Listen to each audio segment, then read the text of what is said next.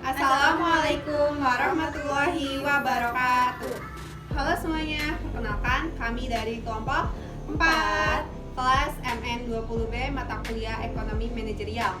Di sini kami akan menampilkan video hasil wawancara kami terhadap UMKM ayam potong Bungsu Boiler, tepatnya di Jalan HM Sungguwaluyo, dekat UBP. Sebelumnya kami akan memperkenalkan diri kami masing-masing. Perkenalkan, nama saya Kamila Agustin. saya Silanda Pada Sofwa. Saya Hayam Maradis. Selamat menyaksikan.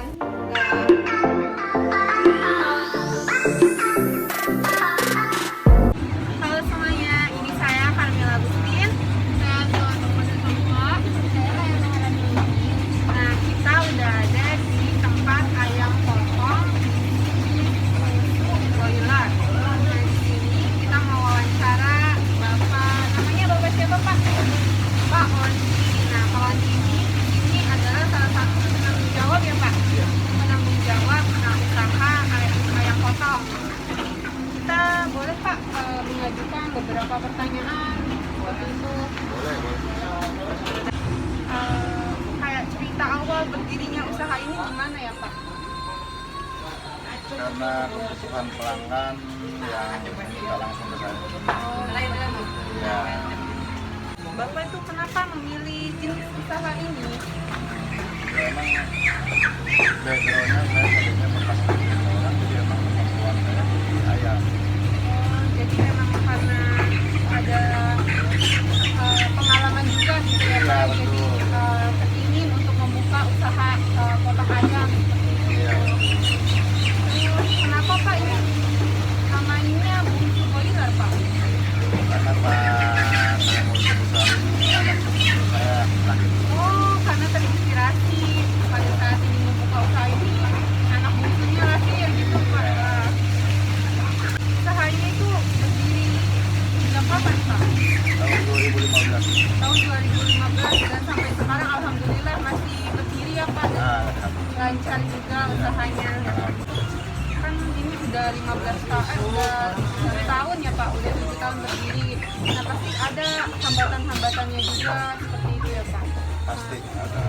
Nah, kayak contoh hambatannya apa aja Pak? Ya, seperti pemasaran kita susah, barang juga susah, terutama ya saat menentukan tagihan sama seperti Karena emang kendala dari barang yang susah, ayam-ayam juga seperti itu yang harganya mungkin ada naiknya ya Pak, seperti itu. itu. Terus ada juga nggak Pak kayak misalkan karena kan ini ayamnya bukan Bapak yang sendiri ya Pak, karena beli dari ada juga peternak ayam gitu. Iya betul. Itu udah langganan dari 7 tahun itu di situ terus atau Bapak berpindah-pindah? Kita pindah-pindah. Jadi mana harga yang masuk kita buat jual itu yang kita ambil. Biasanya keuntungan per bulannya itu berapa Pak?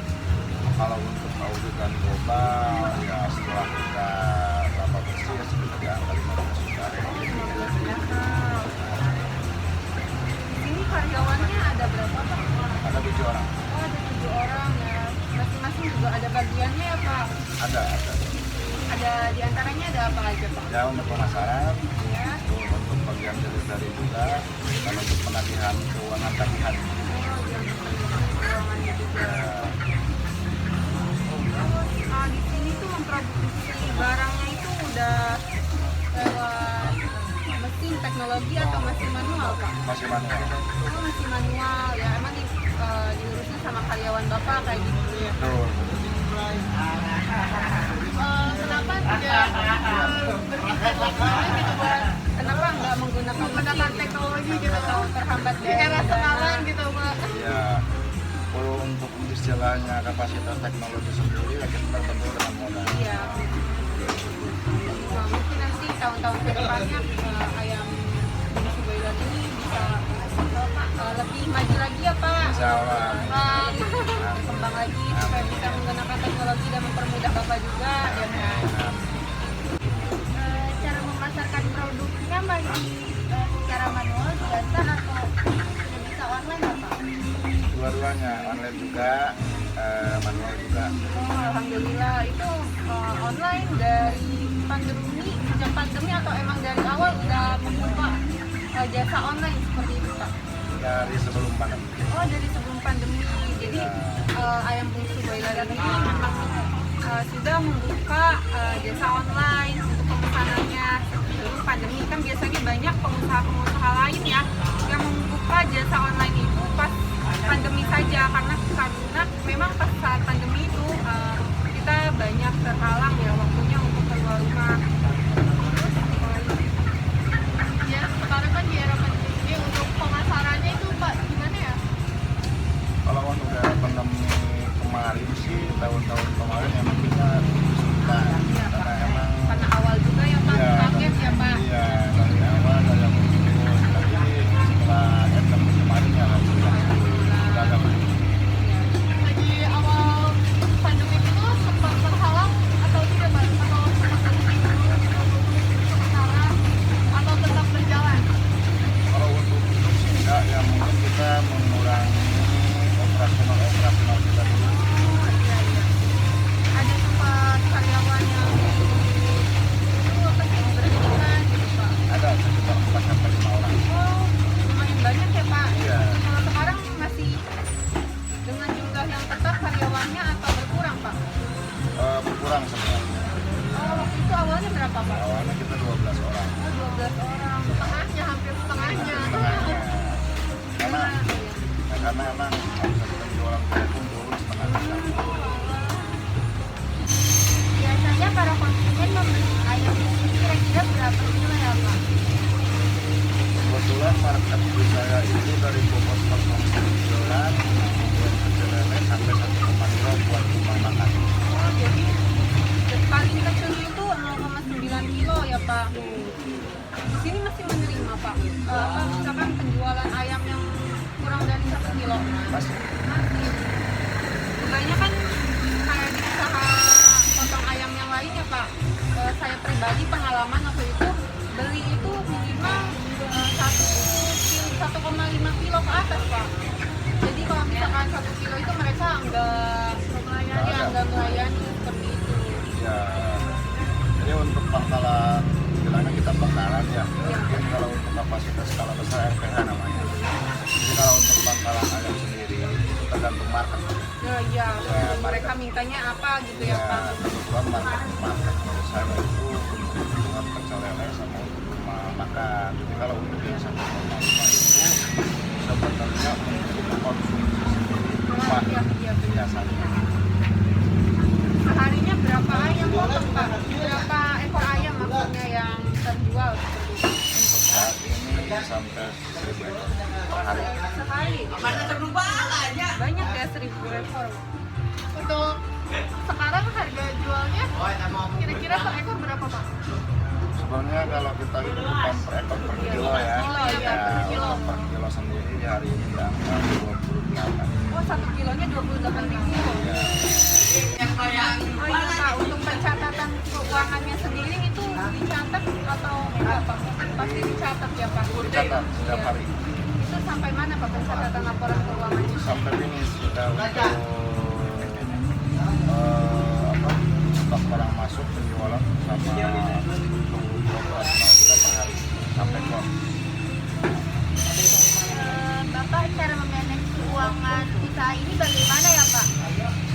Cara memanagenya, kalau bilang manage sesuaikan sama manajemen kali ya. Jadi manajemen sesuai manajemen usaha kita sesuaikan. Sesuaikan sama keadaan Ya, usahanya juga gitu ya Pak. Untuk modal awalnya untuk mendirikan usaha ini kira-kira untuk modal segimana Pak? Berapa banyak gitu? Nah, kalau untuk kapasitas UMKM ini ya sekitar 50 jutaan. Oh, 50 juta. Itu 50 juta itu sama sewa tempat juga gitu Pak. Iya betul. Terus awal Bapak mendirikan usaha ini kan biasanya Bapak sehari itu habis 1.000 ekor, berarti seharinya Bapak mensuplai ke peternakan gitu ya Pak. Maksudnya kayak orang yang menyediakan penjualan ayam untuk di sekitaran daerah ini kayak apa ya, cabang ya Pak, seperti itu. Ya, Bukan cabang toko-toko ayam potong seperti ini berapa Pak? Untuk supplier itu kita kan masuk juga ke pasar sama rumah makan juga. Jadi memang posisinya kita supply itu tergantung kebutuhan konsumen sendiri. Untuk usaha ini jam operasionalnya dari jam berapa sampai jam berapa ya Pak? Dari jam 12 malam sampai jam 11 siang. Kenapa Pak dari jam 12 malam? Memang untuk kebutuhan pasar sendiri kita banyaknya operasional dari malam. Pak, selama menjalani usaha pasti kan ada naik turunnya ya Pak. Cara Bapak untuk bisa mengatasi itu bagaimana? Mengatasi hambatan-hambatan yang terjadi. Dengan sabar dan berusaha. Dengan sabar dan berusaha. Ya benar Pak, yang kita harus sabar. Jangan sabar aja ya Pak, tapi harus ada usahanya. Ya benar sekali Pak. Pak, terus di era COVID ini kan banyak usaha-usaha yang tutup. Nah Bapak bisa bertahan selama 7 tahun ini untuk kita ya hebat banget gitu Pak. Dengan strategi yang Bapak gunakan gitu Pak di era COVID ini apa aja gitu? Ya paling kita membangun pemasaran sama memangkas operasional yang nggak perlu juga ya, termasuk kita ada pengurangan karyawan juga. Pak, pertanyaan dari kita udah habis nih Pak. Ya kita mau ucapin terima kasih ke Bapak karena udah mau diwawancara gitu Pak. Ya, Kita sama-sama. mengganggu waktunya juga, mohon maaf ya Pak. Nggak apa-apa. Ya, semoga bisnis ayam potong bungsu boiler ini bisa semakin lancar Pak. Amin, Semakin amin. banyak lagi konsumennya. Amin. Terus semoga semakin maju. Amin. Semoga bisa punya tempat sendiri Pak untuk Amin, tahun amin, depan. amin, Amin. Buat kalian yang mau beli ayam potong gitu kan bisa aja langsung hubungin nomor WA-nya Bapak di sini guys. Ya nanti kita cantumin.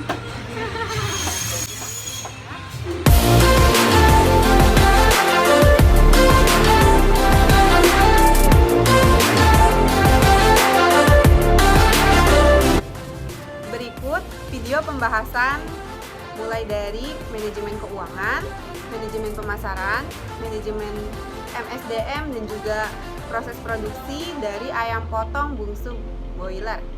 Selamat menyaksikan.